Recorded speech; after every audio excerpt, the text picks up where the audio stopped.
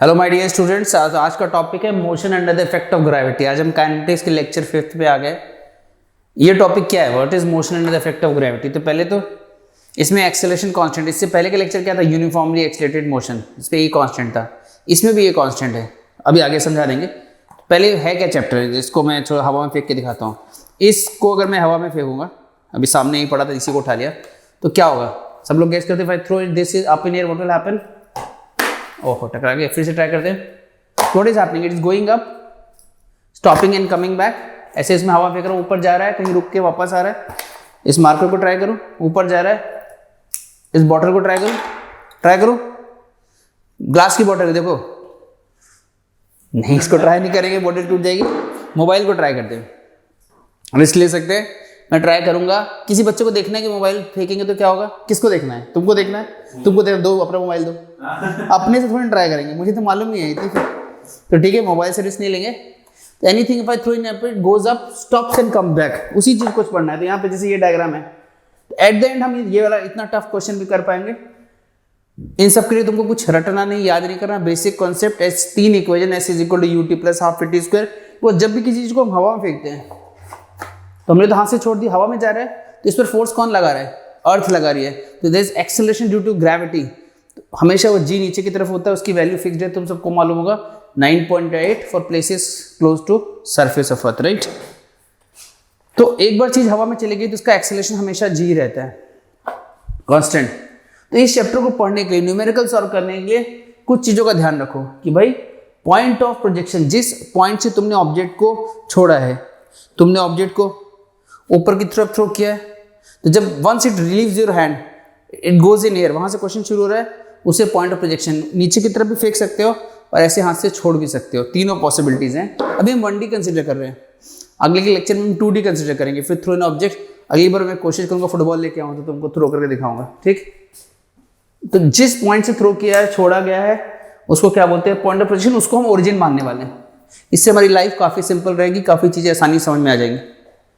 अब क्योंकि हम वेलोसिटी, एक्सेलरेशन, डिस्प्लेसमेंट के साथ डील करने वाले हैं, दे आर वेक्टर्स, तो एक साइन कन्वेंशन लेना पड़ेगा, क्योंकि सिर्फ वन डायमेंशन की बात हो रही है, तो प्लस माइनस से काम चल जाएगा। अगर पॉजिटिव अपवर्ड है तो नीचे डाउनवर्ड हो जाएगा, नेगेटिव हो जाएगा। तो यहाँ पर वही हमारा standard original, upward direction is taken as positive, downward we are taking as negative. ऐसा कोई हार्ड एंड फास्ट रूल नहीं है, बट ये हमारा ओरिजिनल साइन कन्वेंशन है। ये लेने से लाइफ सेट रहेगी।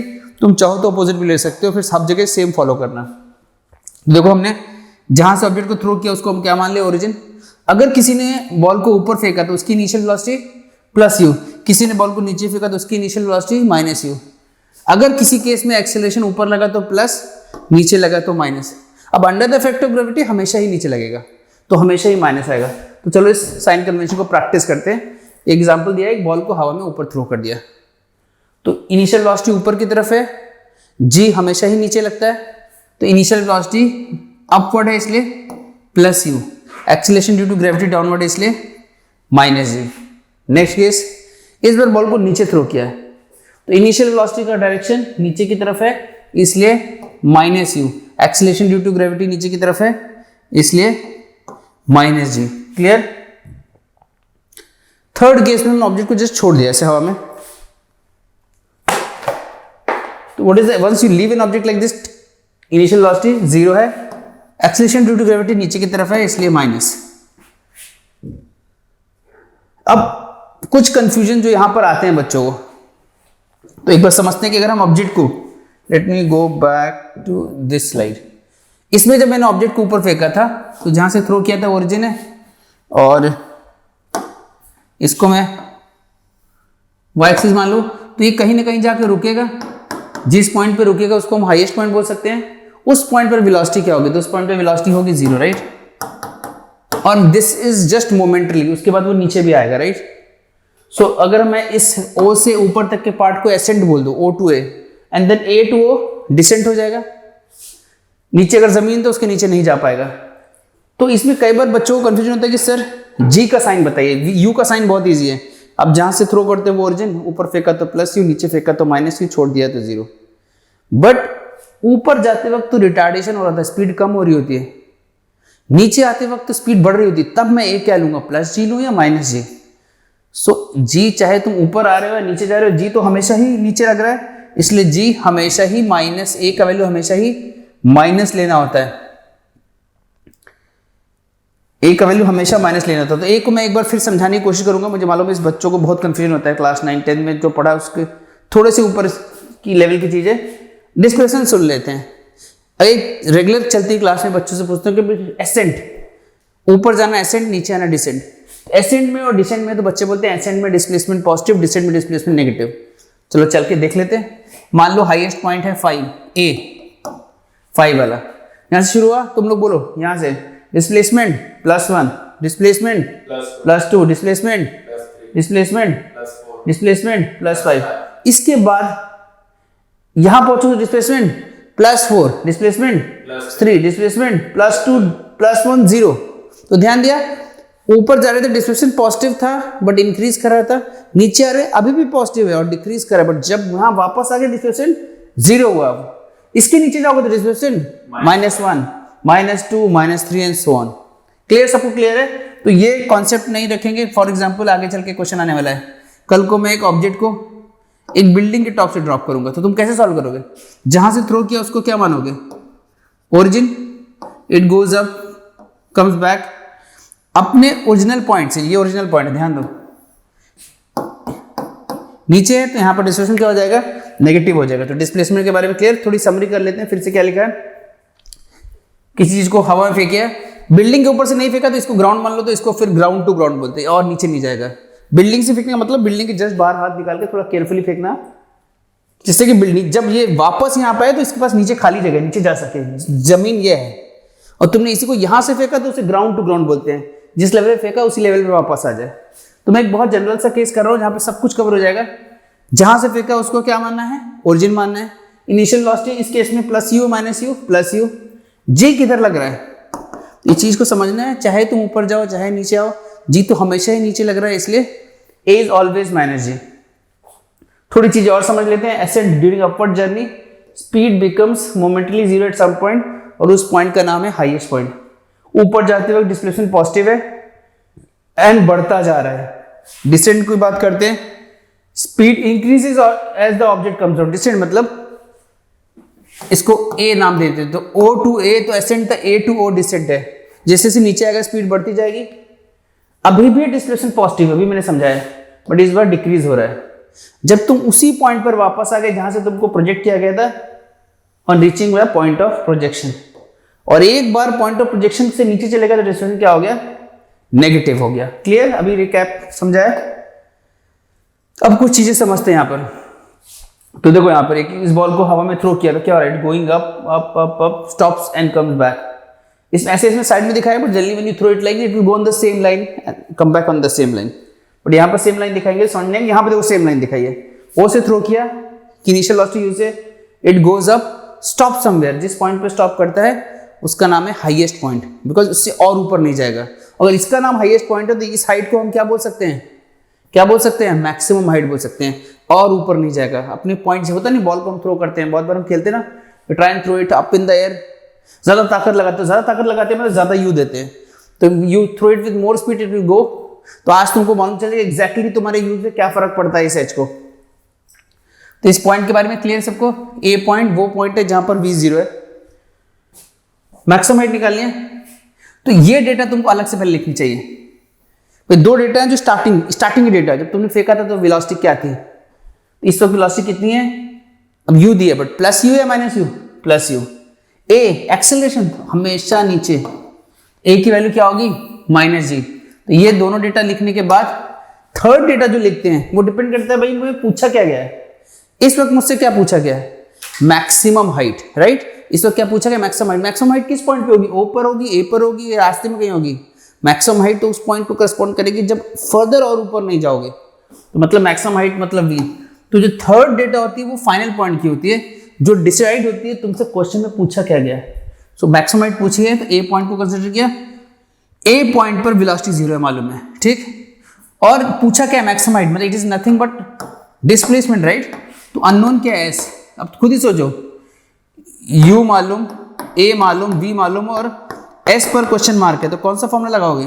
फॉर्मूला लगेगा v² = u² + 2as। क्लियर है सबको?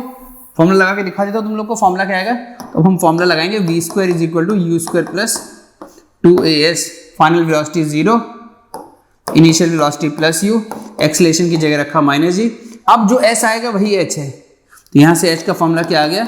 u square by 2g। This is the formula for maximum height. Clear? आगे बढ़े। अब दूसरा फॉर्म है टाइम ऑफ फ्लाइट। तो जब किसी चीज को तुम हवा में फेंकते हो तो it goes up, stops and comes back. अभी हम जो कर रहे हैं एक स्पेशल केस कर रहे हैं जहां से तुमको फेंका है तुम वहीं वापस आ रहे हो। उसको हम इन वर्ड्स में पढ़ सकते हैं, ग्राउंड टू ग्राउंड प्रोजेक्शन। अब तुम बोलोगे क्यों इसमें पढ़ रहे हैं? बिकॉज बिल्डिंग के ऊपर फेंकोगे तो कुछ और आएगा टाइम ऑफ फ्लाइट, कहीं और से फेंकोगे तो क्वेश्चन टू क्वेश्चन आंसर बदलेगा। फॉर्मूला जनरलाइज फॉर्मूला नहीं बट स्पेशल केस का फॉर्मूला है। हाँ, जहां से फेंका वहीं वापस आने का फॉर्मूला डिराइव करने वाले हैं।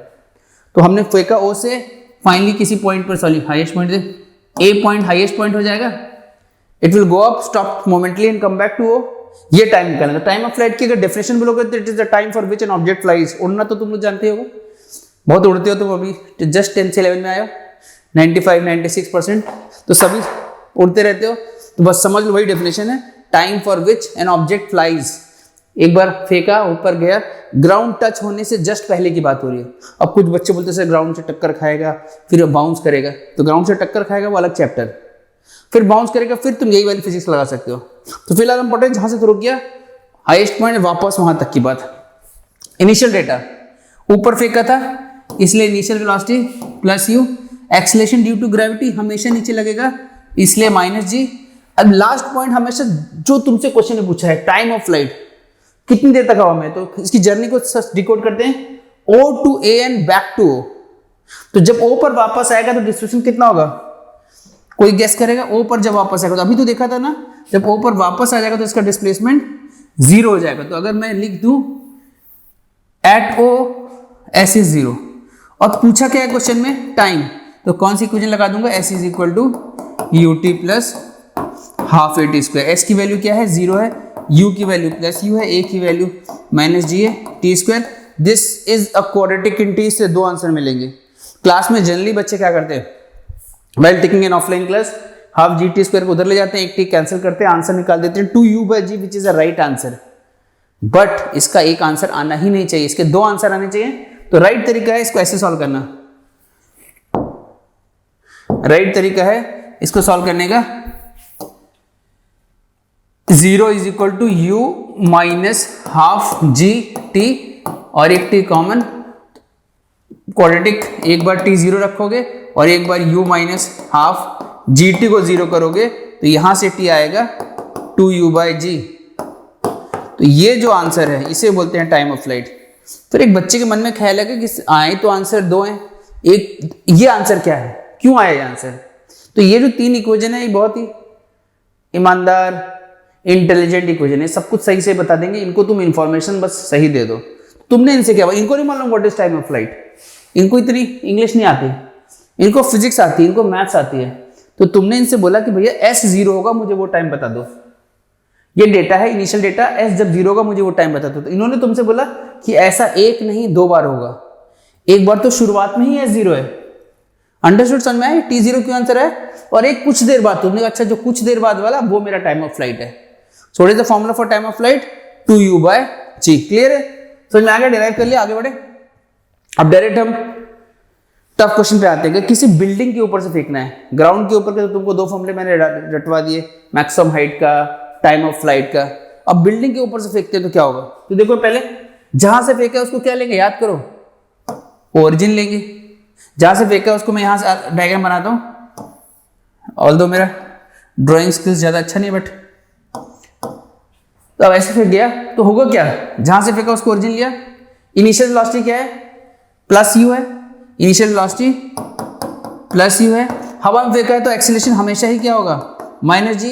ये ऊपर जाएगा, रुकेगा, फिर नीचे आएगा, नीचे ग्राउंड तो है नहीं, तो और नीचे जाके फाइनली यहाँ आ जाएगा। तो जब यहाँ आ जाएगा तो इसका डिस्प्लेसमेंट क्या होगा? टाइम ऑफ फ्लाइट पूछा है, जो पूछा है, फाइनल डेटा क्या है? तो ओरिजिन से h नीचे है, ओरिजिन से h नीचे मतलब डिस्प्लेसमेंट इज माइनस h। इतना याद रखो, सॉल्व पुट करो, आंसर आएगा। डायरेक्ट क्वेश्चंस करते हैं। क्वेश्चन को पढ़ो, बॉडी वर्टिकली अपवर्ड्स, इंपॉर्टेंट है। Initial velocity is plus you, building की हाइट 40 मीटर, इनिशियल वेलोसिटी की वैल्यू दी, डायग्राम बना देते हैं। एक बिल्डिंग जिसकी हाइट 40 मीटर है, उसके ऊपर से 10 मीटर पर सेकेंड से ऑब्जेक्ट को ऊपर थ्रो किया है।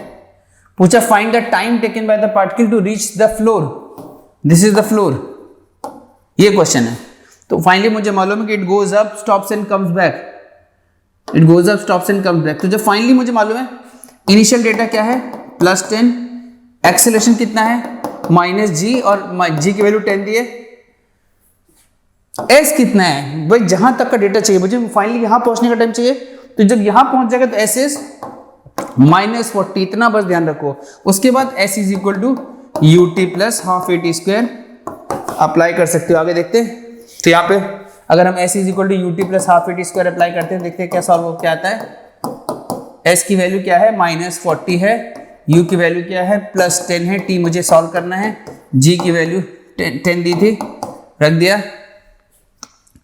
इसमें से अगर हम करेंगे तो क्या आ जाएगा 2 5, राइट। इसको सिंप्लीफाई करेंगे तो मेरे पास एक स्टेप कर देंगे, ये 5 कट गया, t² ले गया, ये बन गया 5t², उस साइड गया, ये उधर जाके -10t और ये -40 नीचे लिखा हुआ है।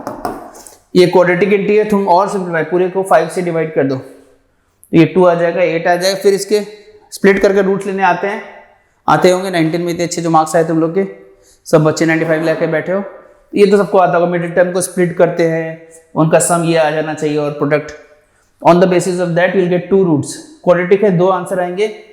बट कोई बच्चा बोल सकता है कि सर जब हमें कि जो ऑब्जेक्ट को हवा में ऊपर फेंका तो it goes up stops and comes back, रास्ते में कोई भी पॉइंट इसने 2 बार क्रॉस किया, एक बार ऊपर जाते वक्त, एक बार नीचे आते वक्त, बट ओ के नीचे हब पॉइंट एक ही बार क्रॉस कर रहा है, तो 2 आंसर कैसे आ सकते हैं।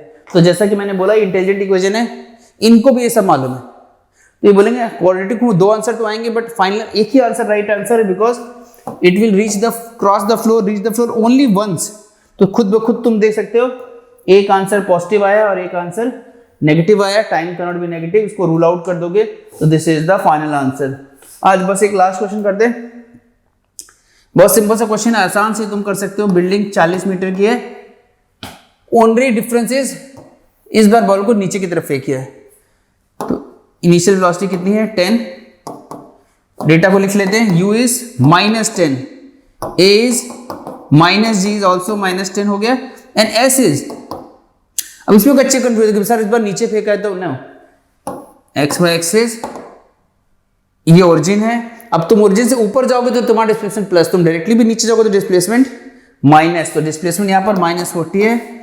s is equal to ut plus half at² में रख देंगे, ये देखो s is equal to ut plus half at², s की जगह -40, u की जगह -10, a की जगह -10, सॉल्व कर लेंगे, इस बार आंसर आएगा 2n-4, जो नेगेटिव है इसे नेगेट कर देंगे, तो the right answer is 2 seconds. Clear है। अब एक छोटा सा होमवर्क तुम लोगों को दे रहा हूं, कमेंट करके आंसर बता सकते हो। होमवर्क क्या मैं बता ही देता हूं, तो let's go to the first side, ये तुम्हारा होमवर्क है, कमेंट सेक्शन में आंसर लिख सकते हो, सही जवाब देने वाले को प्राइज मिलेगा। मजाक कर रहा हूँ, प्राइज नहीं मिलेगा, बट फिर भी बताओगे तो शाबाशी तो दे ही सकता हूँ, तो शाबाशी देकर सरदार खुश होगा, शाबाशी देगा, ठीक। तो क्वेश्चन ये है, करके कमेंट सेक्शन में, इस बॉल को मैंने ऊपर फेंका, अब ऐसे नहीं जाएगा, it goes up stops and come backs, तो इस पूरे प्रोसेस में इसको टाइम लगा t1। दूसरी बॉल को, डायग्राम थोड़ा गड़बड़ है, सेम लेवल पे होना चाहिए, यहां से नीचे की तरफ फेंका तो टाइम लगा t2, तीसरे को यहीं से ड्रॉप किया गया तो टाइम लगा t3। मुझे t1, t2 और t3 में रिलेशन चाहिए, इस आंसर में u नहीं आएगा, h नहीं आएगा, मैं h गिवन है एक्चुअली में, नहीं u गिवन है, इतना ही बोला है कि बॉल a को बिल्डिंग के टॉप से सम स्पीड से ऊपर थ्रो किया गया, it takes t1 time to reach the floor, ball b को सेम लेवल से सेम स्पीड से नीचे थ्रो किया गया, it takes t2 time to reach the floor, and third ball को ड्रॉप कर दिया गया, it takes t3 time, same level से t3 time to reach the floor. Find the relation between t1, t2 and t3, तो ना ही मुझे h दिया है ना ही मुझे u दिया है। क्लियर है, आज के इतना रखते हैं, उम्मीद है तुम लोग को पसंद आया होगा, अच्छा लगे तो लाइक एंड सब्सक्राइब करो। नेक्स्ट वीडियो में और अच्छे लेवल के क्वेश्चंस करेंगे, बिकॉज हम काफी बेसिक सीख चुके हैं, तो we can solve tough questions now. आज के लिए इतना रखते हैं, thank you so much, bye bye, take care.